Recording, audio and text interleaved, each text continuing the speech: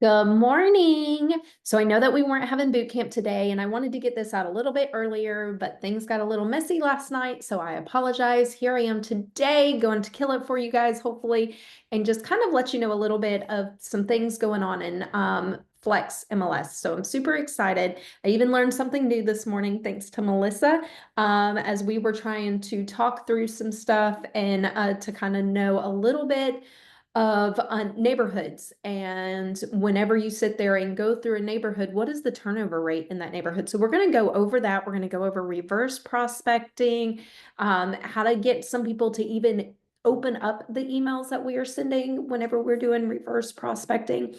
We're going to kind of go over like a market summary. Of course, we're going to look at how to see what your listing activity is that Jason always talks about. I think he even did a video on here, but I'm just going to reiterate some of that. Then, like I said, about what Melissa and I talked about, what has the highest turnover rate in the neighborhoods, and then how to put something on MLS Tour, because of it looks like something about that changed. So we're also going to do that. So let's go ahead and get started. Everybody on here knows that you can reverse prospect. What reverse prospect kind of means is that whenever you go in here to reverse prospect, it means that anybody that's in the MLS that's set up on like a subscription or a campaign to send those emails automatically, and that they've kind of held out into the system, you can reverse prospect to any of those agents that have people that are in that price range, neighborhood, anything along those lines, and it's going to automatically send that out to them whenever you do the reverse prospecting. So if I wanted to say Boulder, 510 Boulder, I want to run the reverse prospecting on there, it's going to pull it up. May take a few minutes to run that reverse prospecting match. Like I said, what it's looking for is any of the agents that have some kind of customer that they have set on up on this system. Um, Whenever they set it up and they put any of the criteria that matches your listing. So let's see what it does. Like I said, it could take a few minutes. Do. Okay, maybe it's gonna go slow. Let's share my screen so where you can see what I am doing. Share right here. You might want to see that. Sorry. So what we did was we went to menu here. We'll do it on this one while that one's running. Let's pull up another one because I already have this one done. Move this out of the way. Let's go into Flex right here. Go into menu. And we went to the reverse prospecting right here. It showed all of the listings right here and which one that you want to do. So I pressed 510 Boulder. So let's go back here. It's still running it. So you see that it started like Cynthia Robinson, all of these people. So as soon as it gets done, even Michelle Ollie here has somebody. And so what you can do with this, their phone numbers over here. So with this reverse prospecting, you can call these people. And if you ever get those calls of, hey, I have somebody that is you have somebody, sorry, you have somebody that has popped up on my reverse prospecting. I just want to, tell you about this house that I still have available and see if your customers would be interested in seeing it. So you can call, you can text, or you can email. Most of the time it's through an email. But what I want to do, so while I'm waiting for this to pop up, I'm going to go in here to ChatGPT and I'm going to write something. I am doing a reverse prospecting on 510 Boulder in Crestview, Florida. Please provide me with an email title that will grab attention for someone to open the email. And provide me an email that I can send them about 510 Boulder in Crestview, Florida, that will want them to come show their clients. So something like that, whatever you want to put in there, given that information, and then we're going to see what it comes up with.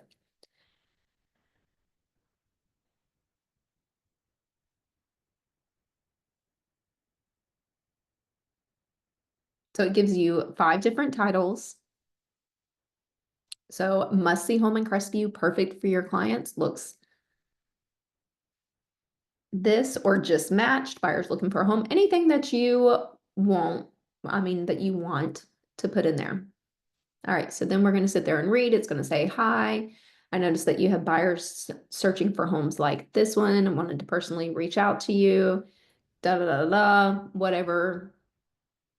Highlight key features. It's not 4 bedrooms. So you've got to make sure that you read and change any of these factors that's in there, because you can sit there and say it is a 3 bedroom, 2 bath, smaller backyard.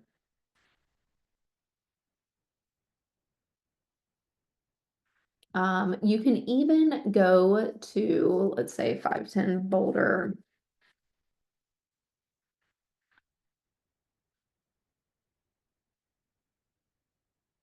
And grab the information from it.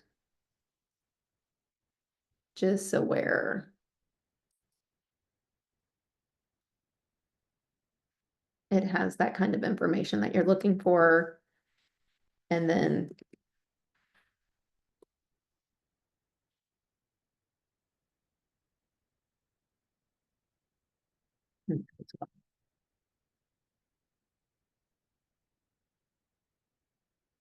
so then it's going to give you a few more. So while this is pulling up, let's make sure that this hit. Okay. So now we have all of these emails here. We're going to click. I don't want to print. You can print this. That way you have it, or email selected. And then it's going to say email selected about this listing. And then let's go ahead and change some of this stuff over to what ChatGPT said. So I liked this one better. Must see home in Crestview, Florida. So let's go here.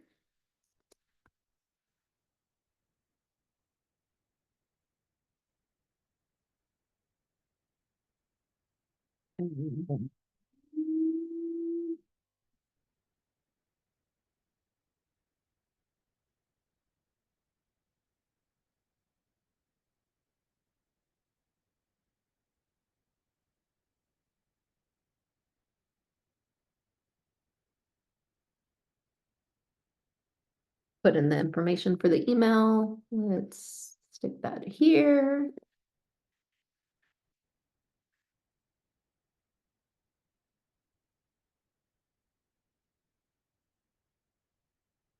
Reread it just to make sure. Wanted to personally reach out because 510 Boulder could be a fit for one of your buyers. Highlights, modern kitchen.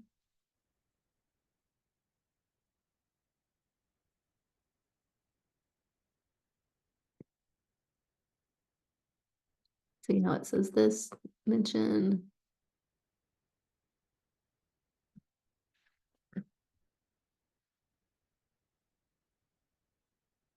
Close to town.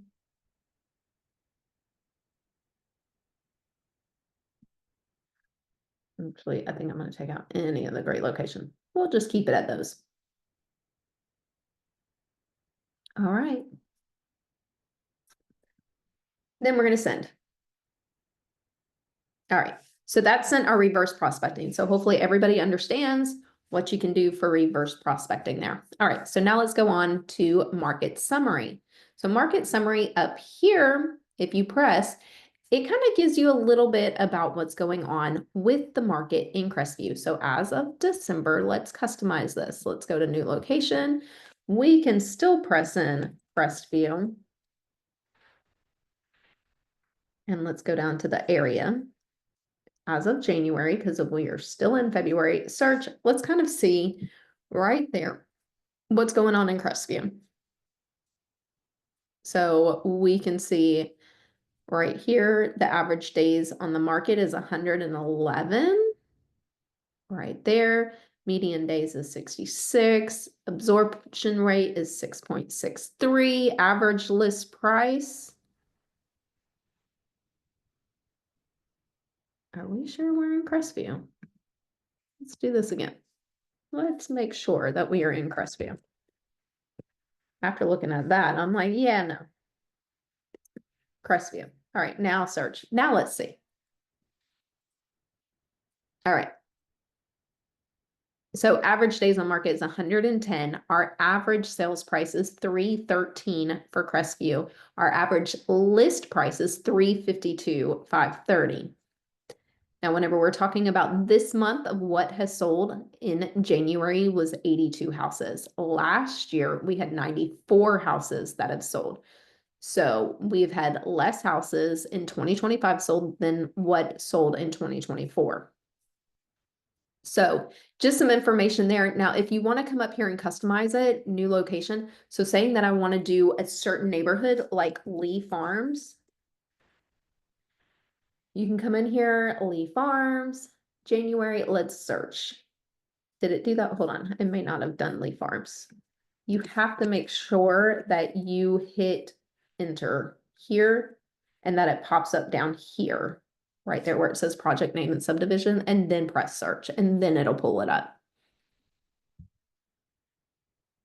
So sometimes it can take a few minutes while it's loading up. And then you can come down here and see like the absorption rate is 0.52, which is, to me, really good average sales price because nothing sold in January. But let's go back here to customize.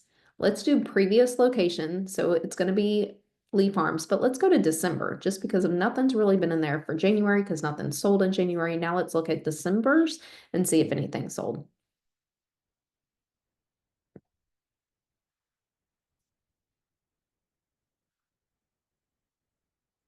So see, nothing even sold in in December either. But you can look at the past. So year to date,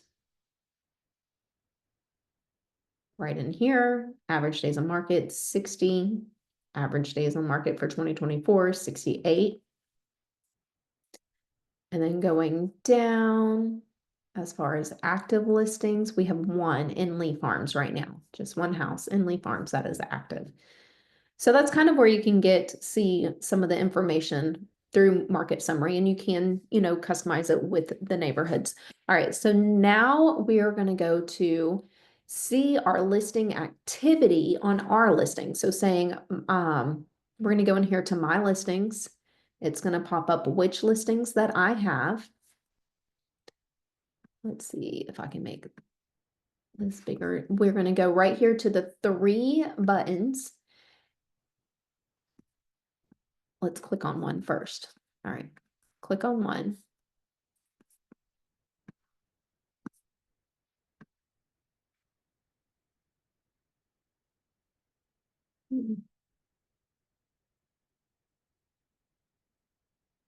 Stats.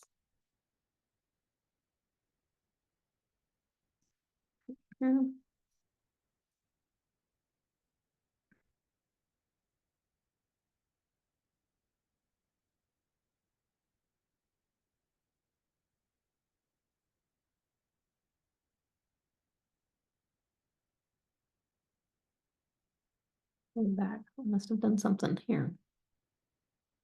My listings here. Oh, here. Right there.